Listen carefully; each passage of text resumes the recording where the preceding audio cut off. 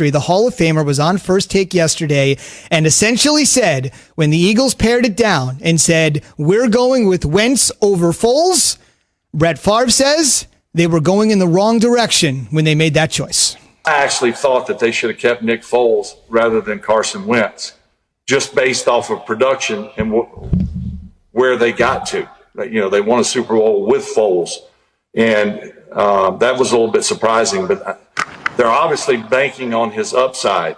How many more years do you let it linger before you stick with him or you cut bait? That's a question they only can answer.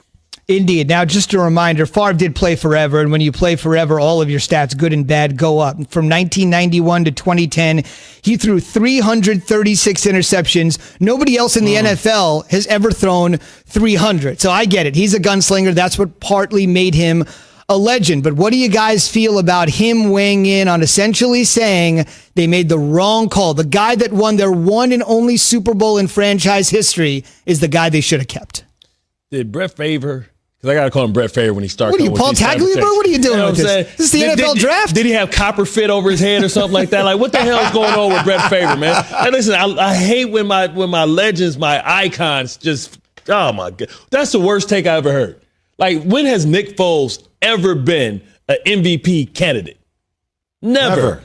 He went down to the Rams. He went to the Rams with Jeff Fisher. They cut him as soon as they could.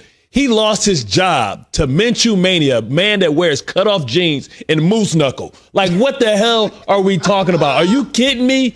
Like, every time he's had an opportunity to step up and be the guy, he's shown us that he's not the guy, right? Like, he's done it, I said before, like when we were laughing about, like, he's like red wine. He's great in moderation. You know what I'm saying? Like, he's a guy that you just want to have bits and splashes of. What is he doing in Chicago? Nothing. Like, you have to understand. What's going on in Philadelphia now is that now the credit card bill is due, Jay Will, right? They've been overspending. Next year, they're reportedly $64 million over the cap. They got a team that has gotten old. They had their window came, they won the Super Bowl, it closed. Now they got to tear it all down. Just like they had to do in Seattle when they had to get rid of the Legion of Boom and go through Russell Wilson. They have to do a restart. It's not Wentz. Do you see he's under duress every single play? He's running for his life. He has the worst offensive line, which used to be a strength. Jason Peters is great. He's a Hall of Famer. He's over the hill. He's a guy that they brought in to play guard, and he said, you know what, I need some more cheese on my taco if you want me to slide out and play this left tackle, bro. And then he's not playing left tackle for a reason. So he's out there doing more with less, and he's out there fighting for his life. But you can't compare the talent of Nick Foles and Carson Wentz. It's not even close. I agree with you. I think it's a convenient take. But just here's what drives Philadelphia fans crazy. You ready? Yeah. Even though it is a convenient take, because as a fan, I don't know the intricacies of the game as well as you do. I may be informed with my team's salary cap. I may know that my O-line is decimated. I may be seeing him run for his life. But at the same time, just watching the way Nick Foles took us to a Super Bowl and how he won it, right? That's Philadelphia. It's blue collar. It's gritty. Really I've never been a superstar. I've always had to work my way, climb, grind up the ladder, and to see the way it ended with Nick Foles, it's easy to think long term that, hey, he could have been the guy that really epitomizes who we are as people. Right? It's never been the glitz or the glam. We're never LA. It's never Hollywood.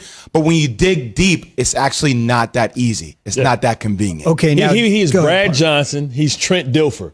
He was just holding on to the damn steering wheel, man. He wasn't. He drove it though, and you said drink that wine in moderation. But look, I drink wine every night, Bart. I drink it every night. So look, when you drink that kind of wine and you see where that wine got you, you like the way that wine tastes. But when you break it down, and you go through it with a fine tooth comb. Why were they able to be such a dominant team? Why were they able to go through that for that run? It's because Carson Wentz was cheap, and they were able to go out and get all these luxury pieces. You know what I mean? But at the end of the day, when you strip all the luxury pieces down, now you get to see who you really are. Nick Foles was there. Listen, it's like the whole Batman thing. Like, you either die the hero or you stay around long enough to become the villain. And I think that Philadelphia is trying to make Carson Wentz the villain.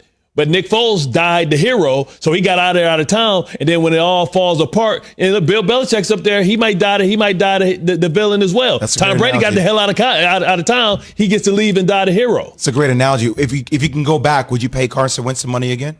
Yes, you have to. Like, this guy you would pay him $100 million?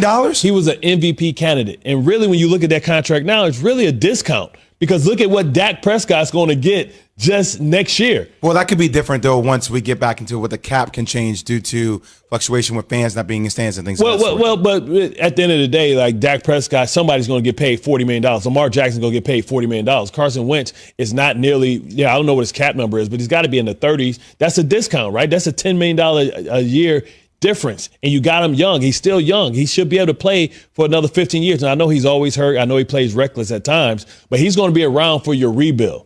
So you have to say, you know what? Is he, though? Is he going to be around? I'm starting to question that. Okay, if not all the injuries that he's had. Yeah, if not the Carson conversation Wentz, I'm sorry. Go ahead. No, if not Carson Wentz, then who? That's fair. I mean, but you have to go on the market. But it's almost by default. If not Carson Wentz, then who? Jalen Hurts. Okay. I didn't say Jalen Hurts, but I'm saying it was a conversation. No, it came in my ear. It came in my ear. I got the peanut gallery talking in my ear. They're trying to give me answers. Okay, here's two things we need to mention about Wentz before we move on to some other quarterbacks and we figure out whether they got it wrong or right with our great NFL insider, Jeremy Fowler, on the way here in a couple minutes to talk Steelers and Cowboys.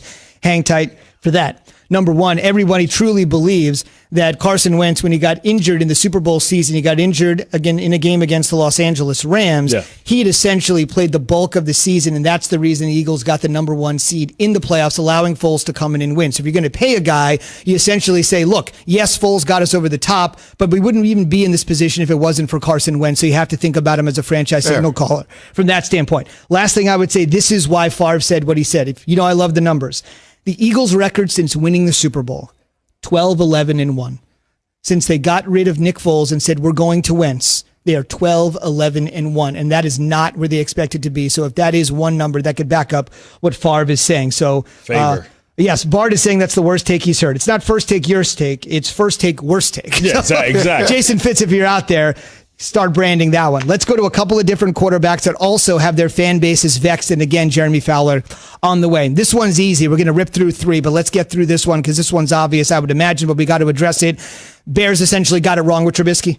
Yeah, absolutely. Yes. This one's a little more complicated because this is a guy that has signed an $84 million contract and a $66 million contract. Is it all guaranteed? Is it all guaranteed? It is all guaranteed. The first all-guaranteed contract in NFL history. Of course, we're talking Kirk Cousins. Mistake or not? Absolutely. I mean, they're going to be they're going to be a top 5 lottery team potentially. Thank God he didn't come to the Jets, man, because could you imagine carrying that contract and waiting for a quarterback and trying to get him out of town? But I understood what they had to do. This year they had to give him an extension because they needed some salary cap relief. I know it's not the sexy take, why did they pay him? They paid him because they needed salary cap relief, and you can prorate the salary when you give somebody an extension.